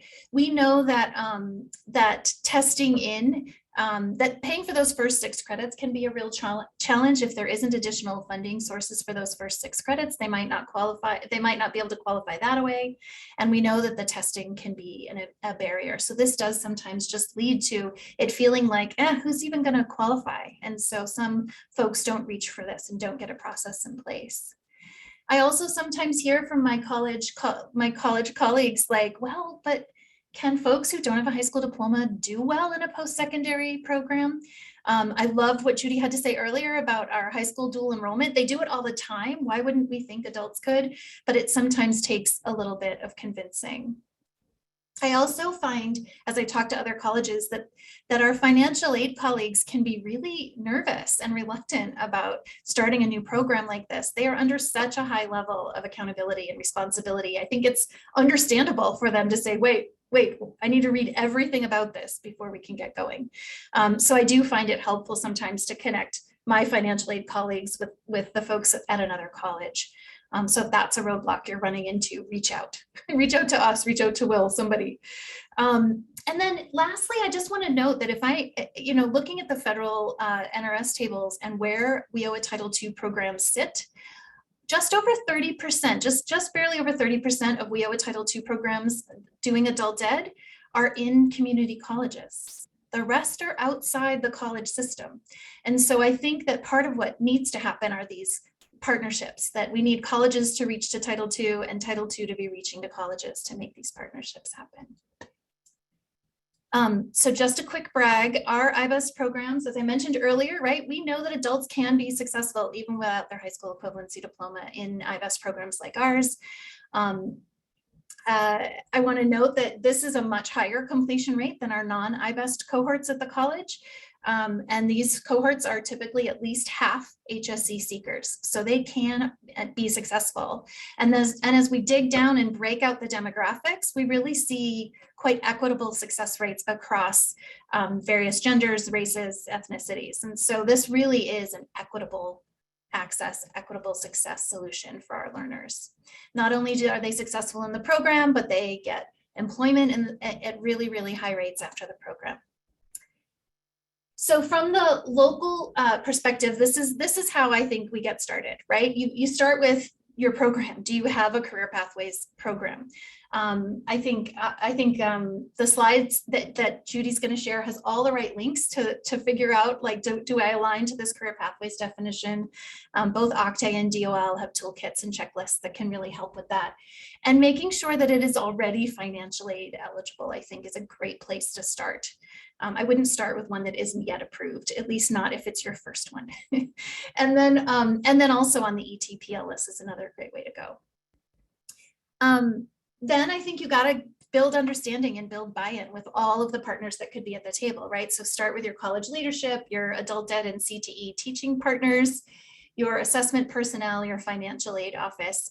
Full disclosure, I was not the one who convinced my college this was going to be awesome. It was Washington State that did that. Big thanks to Will and his team. And then of course, having a chancellor that moved here from Washington where they were doing IBEST didn't hurt either, but it really does take top-down buy-in and support. You're going to want to identify some funding for those first 6 credit hours, because a lot of learners are not going to test in. So if you don't have state or local dollars to scholarship them, you're going to want to start partnering with WIOA Title I and get them on board to fund those first 6 credits. Ensure your testing centers have the right tests and that they're ready to roll with those eligibility tests for ATB. And then finally, you'll just work internally to develop that system to fund and process those learners. So that's how we did it. And I hope that that's helpful for you all as well. And with that, I'll stop sharing and we'll see what these questions are. Awesome. Thank you so much, Lori. So I've been, feel free to keep entering questions in the chat. I've been kind of congregating them and trying to put them in buckets. I do want to go first to a question about, again, to all 3 of our speakers. Can you talk more about mechanics and partnerships to braid other resources to support student cost of attendance and other expenses? This is Will, great question. One thing that we put together, and so a lot of this work, I'm speaking from that state office perspective, is working with our student funding supports in those different workforce funding areas, state resources, so that we're coordinating our guidance, because that's where people really get tripped up, is just that guidance of like, what's allowable, can I combine this, what starts first, all that stuff. So we put together a resource guide, and that guide helps kind of just document all of the financial aid opportunities that are out there, as well as some different student scenarios, like trying to describe different types of students with different types of life circumstances and what they would qualify for, right? So then it's really about putting that out there and empowering the local institutions to figure out what that braiding looks like and to know who the contact person is if they run into sticky questions about how to braid resources. That's so fascinating because, of course, on the local level, we almost literally just get all of the partners in a room and we work it out, right? So we have our leadership team on a local level where we have representation from each of the partners, and we've had to iron out, like, okay, so what do we want to see which resource do we want students to use first, and then which one, and then which one, so that we're all on the same page about how they move in and out of the various resources. We all want to see them leverage as much of the funding as possible so that they can make it through this year, survive, have living expenses, get everything paid for, and then be off into an employment. So locally, it's almost simpler because we just get into a room and we walk it through who's gonna do which pieces, and we have a cooperative agreement that we walk through who roles and responsibilities and goals so that we're all on the same page. Great. And then we had another question about CBOs. So kind of going along with partnerships, can you talk a little bit, Nicole? I know you entered something quickly in the chat about how Washington works with community-based organizations, but would love to touch on a bit about that strategy in terms of not only getting out the word, but other possibly more formal partnerships. Yeah, so we have, as I mentioned, I think 6 or 7 community-based organizations that are funded by the State Board of Community and Technical Colleges. And so they are in attendance at all of our meetings or trainings. They have the same opportunity to receive this information about ability to benefit. Of course, it's a little bit different for community-based organizations than it is for community colleges, but we are able to customize and provide the training and information and packaging for them as well. And then they really got their pulse on other partnerships locally that they can leverage and share this information out with. We also have very close partnerships with other community-based organizations, even at the state level, sit on several different boards, and are able to get the word out in those ways as well. So, I mean, that's kind of the quick answer to that. Will, do you have anything to add? I think that covers it. The CBOs that we fund, we're able to really include them in that messaging so they understand what that partnership with the college could look like.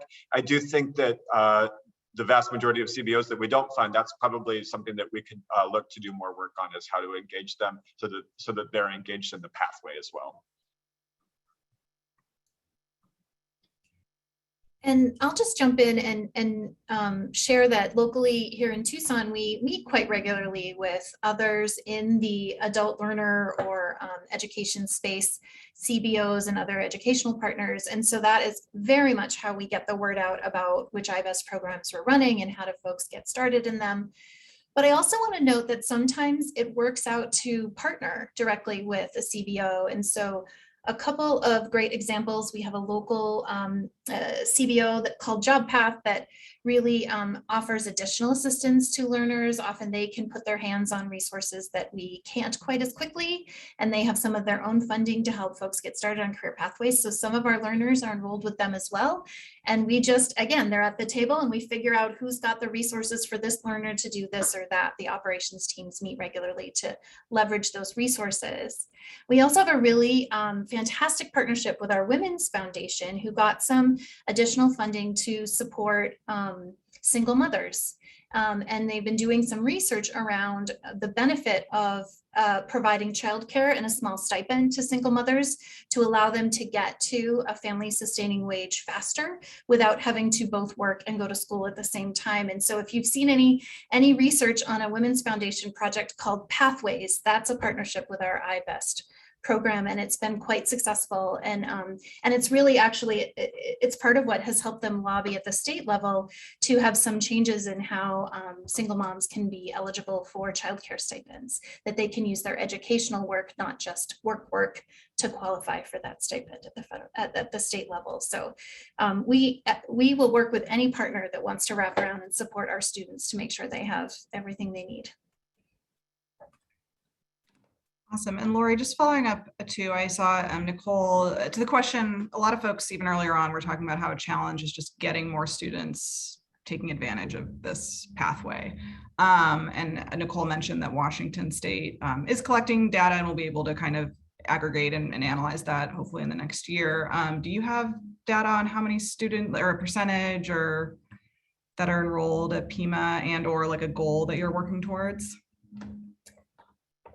Yeah, actually, we're working at doubling the number of students every year based on some guidance from our state and federal funders out of Octave. So we're working on at least that amount, although our college and our partners all want to just see us, they want an IBEST for every pathway. So we're just trying to expand as fast as we can.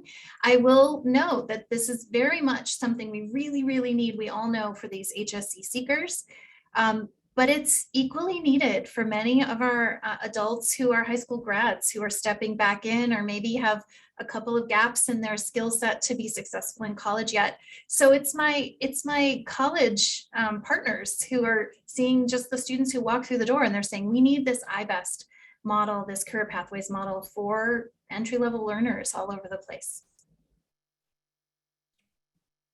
Awesome. And then we had a question about apprenticeships and ability to benefit. Anything you've heard of in that realm, especially, you know, there might be potential for youth apprenticeships for disconnected youth that may not have completed high school. Anyone have anything they've heard about that or exploring anything in that area? I'm not sure if Will and Nicole have something out of Washington. I can say that we're not close. We're not doing apprenticeships in partnership with IBEST just yet. We are in discussions and exploring with our college how to leverage IET models at various levels as pre-apprenticeships to support with some of the apprenticeship grant work that they're doing. But I don't have an example to share that's already up and running. This is Will. One thing I'll add to Nicole's response in the chat, that is something we monitor and we look at. We have a couple programs who are registered apprenticeship programs that are also IBEST programs. I can't take credit for that. I think the schools kind of had that opportunity and made that happen. But I also get nervous because when it gets into the financial aid realm, you know, we're really not the experts. And I feel like there's some things with apprenticeship and financial aid I don't understand that I wouldn't want to speak to. I could be wrong about that. But that's not something, I think it's something we'd absolutely be interested in, but it's not something that I think we've explored too deeply yet. But as apprenticeship continues to evolve in our state as it does nationally, we're watching that conversation and looking at opportunities for our students. Awesome. Yeah, definitely something to keep on our radars if we hear anything about it. Then Lori, and this was also harkens back to our first question about, you know, training staff and working with staff. Lori, you mentioned specifically like needing to help financial aid colleagues get a culture to the concept of ATB. Are there other roles on campus that folks should be considering when they're making sure to kind of bust these myths and help them, you know, figure out exactly what the program is and the benefits? What have you done to get them on board? Yeah. I mean, I think I feel like we train and retrain and get the word out all over the college on a regular basis because it's new and it's different. I will say that we have done our best to get our student services folks up to speed on what it is so that they can help get folks started. What we run into is that folks hear the word IBEST and they send everybody just straight to adult ed. And even though there's so much about IBEST and ability to benefit that isn't living in the adult ed space, but they tend to just send them our way. So we're trying to build ownership across the whole college for IBEST and not make it just an adult ed program. And then I bet the Washington State folks could say more about this, but it's not always easy to get the faculty on board for what it looks like and how it works. So we do a lot of training in team teaching and what is the model and how does it work, and share the data as often as possible to build buy-in and awareness. Yeah, and I'll just add, you know, our workforce development partners are key. And I know in my own experience at a community college, the adult basic education department and workforce development worked really hard and in tandem to kind of encourage our financial aid departments to see the benefits of it. And so it was really nice to have a partner who was like-minded and understood the demographic and the needs of our student populations, kind of partner with us to get that message out. So I think that was maybe a unique situation for us, but it worked out really well. And then the second part, oh, I forgot what you just said, Lori, sorry. You were talking about, can you repeat that last part one more time? Faculty and getting faculty on board. Yeah, faculty. So I think this is where, you know, with our IBEST programs, we oftentimes have a navigator that's a part of that team. And so because they are working very closely with our faculty, they have the opportunity to really explain the type of student that we're looking for, the kind that would be successful, and really kind of educate and help everyone come to an understanding. So our faculty, in my experience, hadn't been a huge barrier because they were in such close partnership with those navigators and could have those conversations about the types of students that we were talking about. I think that was the main concern, I think, for them, is just, you know, making sure the students were ready and that them accessing that federal financial aid wasn't too early and it wouldn't actually have a negative impact on our students. That's some of the feedback that we heard from our faculty. Great. And then we did get a question, Washington, about your marketing campaign. Have you been able to assess the impact? Kind of where are you in that process? Yeah, that has yet to roll out. So in fact, you're seeing the ads before they've even aired in my couple little examples in that slide. So that's a toolkit that we're putting into the provider's hands. They would choose to then customize and run those ads. So that's going to be a while yet before we see the impact, but we'll be watching that and be sharing as it develops. Awesome. Well, thank you for giving this group the exclusive first look. Judy, if you're on, we did get a question about if all the state applications are publicly available that have been approved. To my knowledge, they have not been posted on one site, though state directors, state organizations have been really willing to share with one another. So I believe they're out there in the ether and being traded back and forth on email across different states. So I might write to Will if I were you.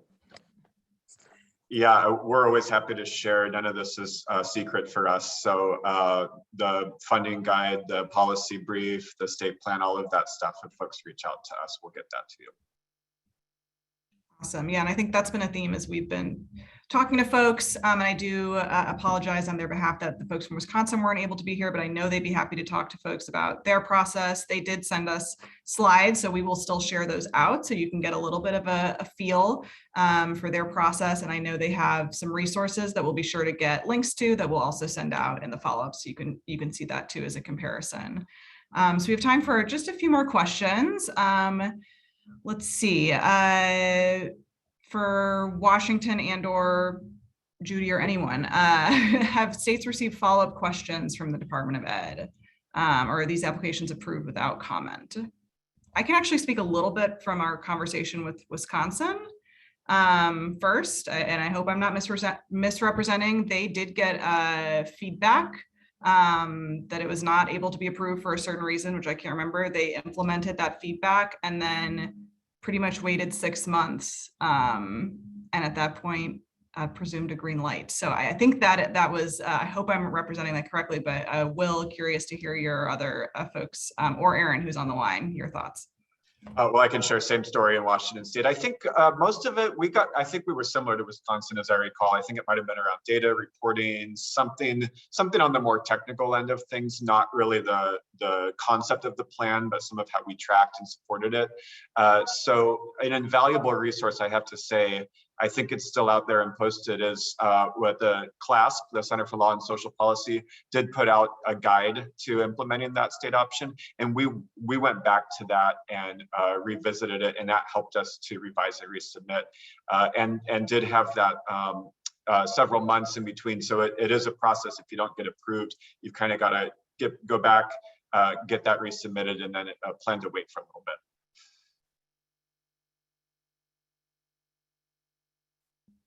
Awesome. And then I think a final question that I'd love to hear before we go into breakouts, kind of based on topics. Obviously, we're interested in the state as an influencer, whether that's through the state option or guidance or other means. But does anyone, Will, Nicole, Judy, Lori, have opinions on developing a state plan versus robust institutional implementation, and/or should they be occurring both at the same time? Kind of what's your idealized view on how the process should go and how folks should be working together? Well, I'll represent Wisconsin since they're not here. I think Wisconsin had a really lovely process in that the systems office just brought all their institutions together to start talking about ATB as it exists now, with the 6 credit option or the test option, and put together an ATB sort of toolkit that the institutions could use. And during that process, sort of organically, the institution said, you know what, we should have a state-defined process. Why don't we do a state-defined process? And so, it really bubbled up that way. So I don't think it's an either or. Yeah, we were a lot more trickle down in Washington. It really started at the state office, and us pulling people together and saying, this is the plan and this is the research that supports the plan, and kind of getting people on board that way. then I guess we're the exact opposite, right? We just didn't wait for anyone else and we just dove in as an institution. And now we're having conversations at the state level about, how might we move forward with a state-defined option. Awesome. Well, thank you guys so much for your presentations. Again, we'll make sure to share all of your slides and your contact information with this group afterwards, as well as all the resources that you guys are entering in the chat. Thank you so much. With that, I am going to hand it over to my colleague, Amanda Winters, to give us some information about the breakout sessions that we'll be going into shortly. Awesome. Yeah, this has been a really great session. I've learned so much from Judy and from our partners in Washington and Arizona about this topic. I think it was an exciting place for NGA to explore the interplay between policy and practice, between state level conversations and implementation at the local level, knowing that the population served by ability to benefit really also have needs for local supports, like Lori was mentioning, having all those partners in the room, thinking about what's available to support students, all focused on student success. And then also, I think, something else she mentioned is not really telling the student, this is ability to benefit, but this is a process. This is the process to get you where you need to go, because it's easy to get lost as a student in some of these different processes. So the integration of this work together, the clear model of iBest that Washington has championed and the rest of us are learning from is certainly a guiding light for conversations that we have with states around this, which I'm going to now start calling dual enrollment for adults, because I think that's a great way to structure that conversation. Allows for a broad understanding of the ways in which we're aligning systems for student success. Dual enrollment for adult learners. I love it. That's going to be an easy way to remember it. Deal. That's the deal. So yeah, excited to continue to spread that word as we are talking to states, and certainly appreciate Judy's 101 for us. I have several pages of notes and am excited to continue learning with all of you and continue supporting the work you all are trying to do at your states and institutions. So now we are heading to some breakout discussions so we can dive just a little bit deeper.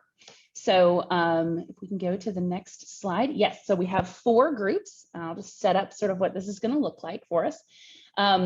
These are meant to be able to speak to your perspective and where you're coming from and the questions that you might have for some of the folks that are on the line with us today, and whether or not you're coming from an institutional or a state perspective. So feel free, as we allow you to self-select into these groups, to choose the one that best speaks to the reasons you're here and the stuff you want to talk about for a little bit longer before we end the day.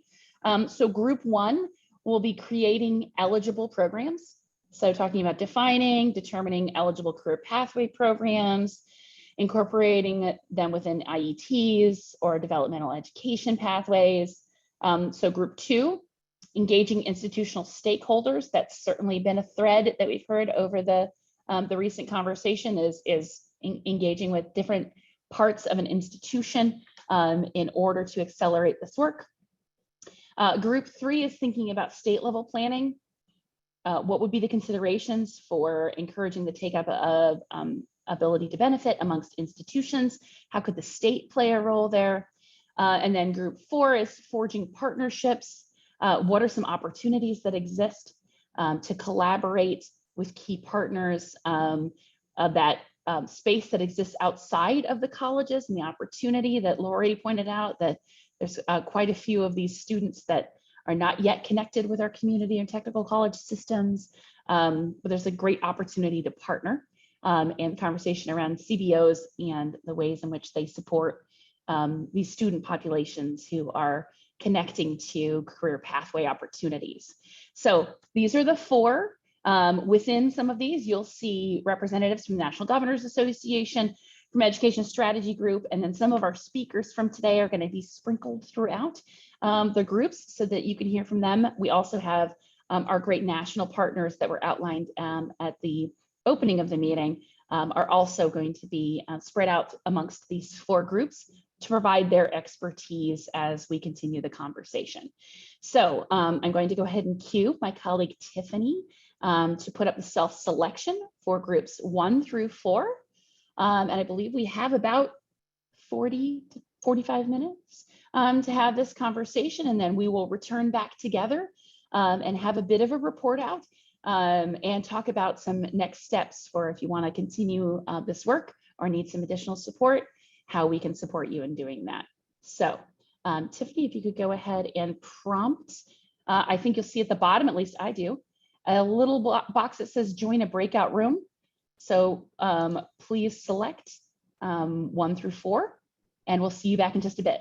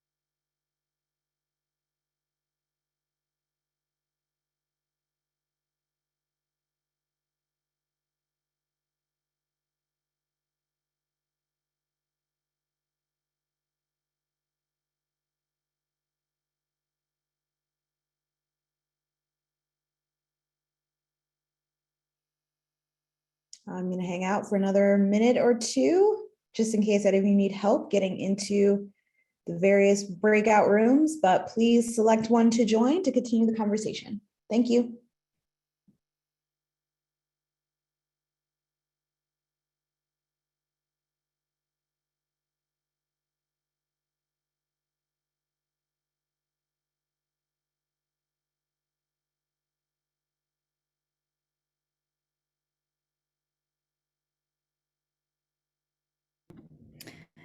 Path of getting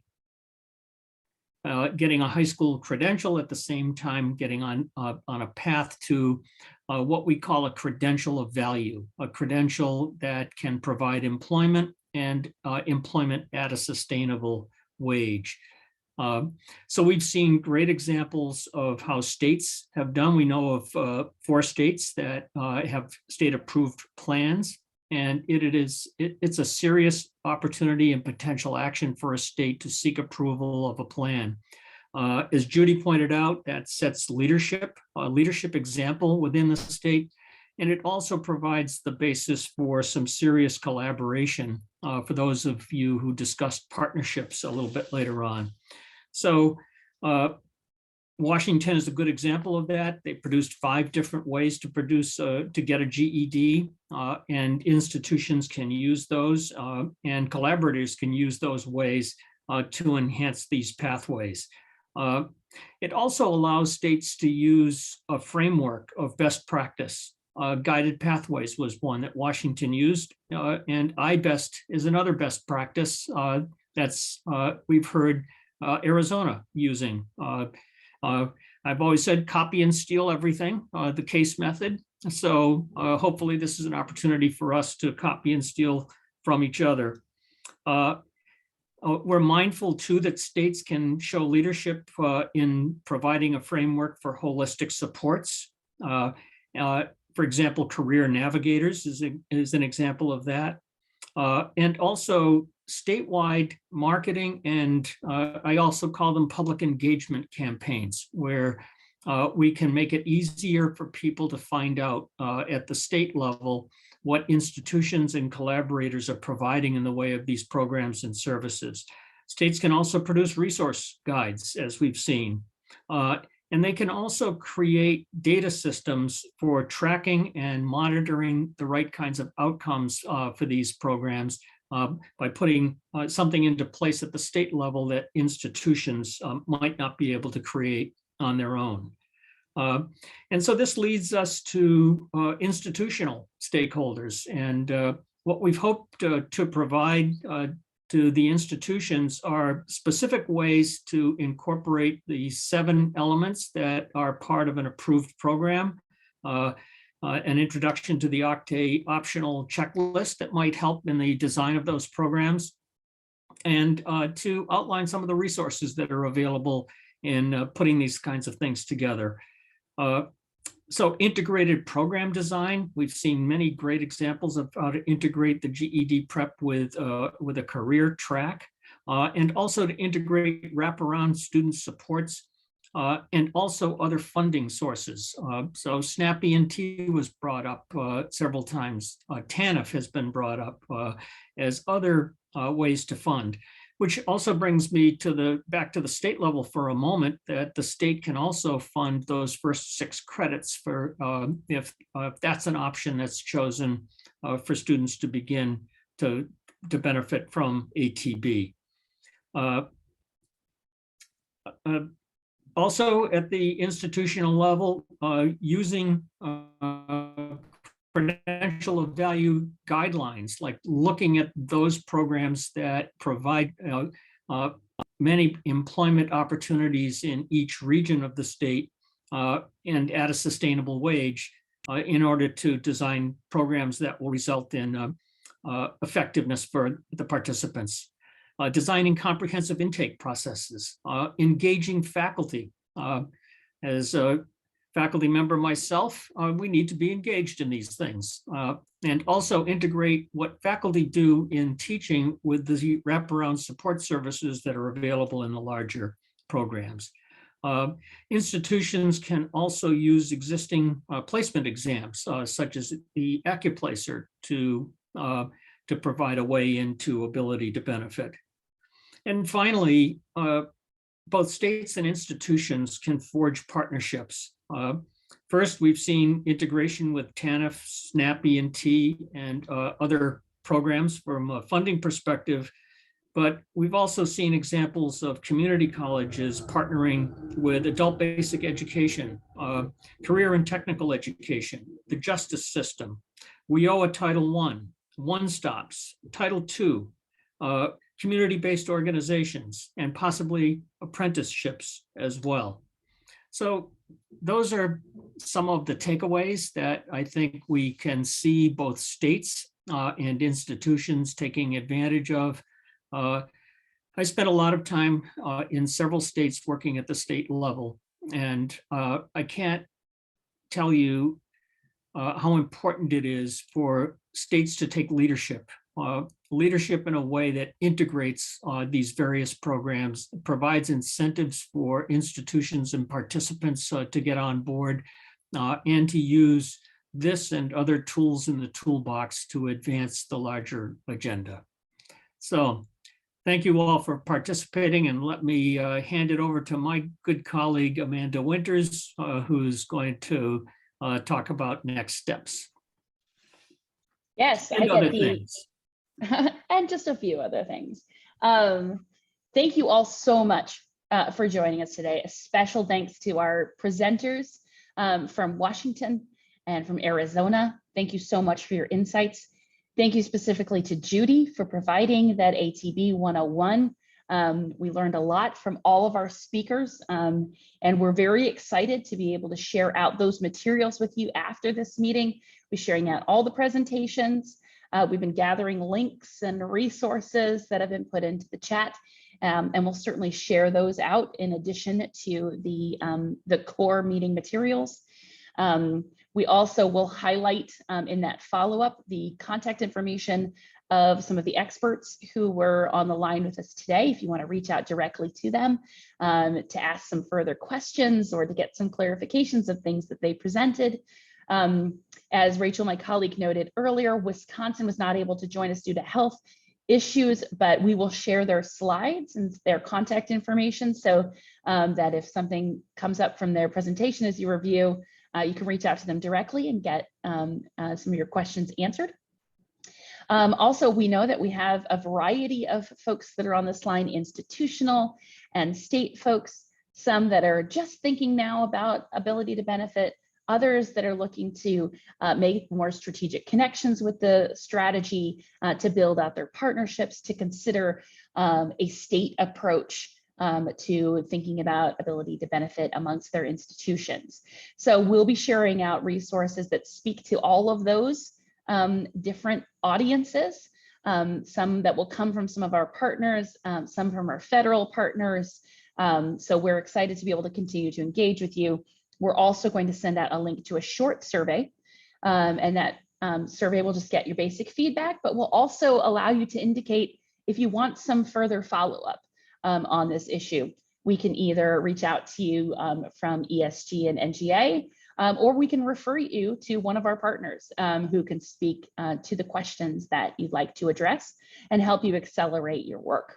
So, so look for that, all of the resources, the follow-on survey where you can indicate if you need some additional support. And then I wanted to close this out by saying this is, as Jack mentioned, the second in a series of action labs focused on equitable recovery. So really thinking about emerging, hopefully soon, from the pandemic with improvements to our systems that really speak to equitable access and outcomes for learners. And we would love to hear from you if there's issues that you're trying to tackle that maybe we should be thinking about as a part of this conversation. We're working with quite a few national partners to bring together expertise and to speak to a bunch of different constituencies to help to advance together towards more equitable outcomes for learners as we look into the next few years. So let us know how we can be helpful broadly to the work that you are trying to do. And then take a minute to respond to that survey that we send and let us know what you need from us around this topic specifically. And we would love to make sure that you have everything you need. You're connected with everyone who can give you the answers and can help you do some of that copying and cheating off of the other person's paper to get those things started in your state or at your institution. So a big thank you again to our partners, ESG, and to our presenters today. It's been invaluable. We've learned so much and look forward to continuing to support the great work that's going on at states and institutions to provide ability to benefit as an access point to increase opportunity for your communities. So thanks again for joining us. We look forward to sending you some follow-up and hopefully seeing you again on some of our follow-on events. Thank you so much. Have a great afternoon.